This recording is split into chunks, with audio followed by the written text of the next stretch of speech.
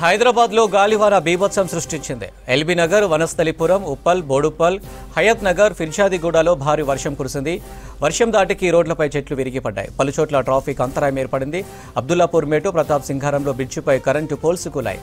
పర్వతాపూర్లో తాటి చెట్టుపై పిడుగుపడింది. వనస్థలిపురం సుష్మా చౌరస్తా వద్ద మన్సూరాబాద్కు వెళ్లే మార్గంలో 11 kV విద్యుత్ వైర్లు తెగిపడ్డాయి. ఓ యువతికి త్రుటిలో ప్రాణాపాయం తప్పింది. ఇటు హైదరాబాద్ పరిసర ప్రాంతాలైన మేడ్చల్, కీసర, గట్కేసర్లో ఈదురుగాలుల బీభత్సం సృష్టించింది.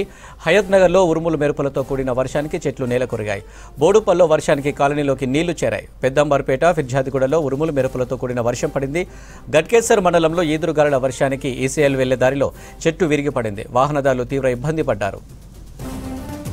అల్పపీడన ప్రభావంతో కొన్ని ప్రాంతాల్లో వర్షాలు పడుతున్నాయి. రాబోయే 3 రోజులు వర్షాలుంటాయన్నారు అధికారులు. ఇటు రుతుపవనాలు కూడా రాష్ట్రాన్ని తాకే ఛాన్స్ ఉండడంతో విస్తారంగా వర్షాలు కురిసే ఛాన్స్ ఉందన్నారు వెదర్ ఆఫీసర్స్.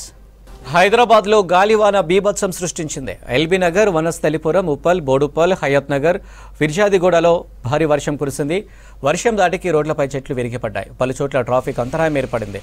అబ్దుల్లాపూర్ మేటు, ప్రతాప్ సింగారంలో బ్రిడ్జిపై కరెంటు పోల్స్ కూలాయి.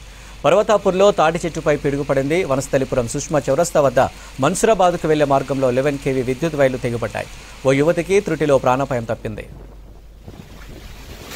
ఇటు హైదరాబాద్ పరిసర ప్రాంతాలైన మేడ్చల్, కీసర, గట్కేసర్లో ఈదురుగాలుల బీభత్సం సృష్టించింది.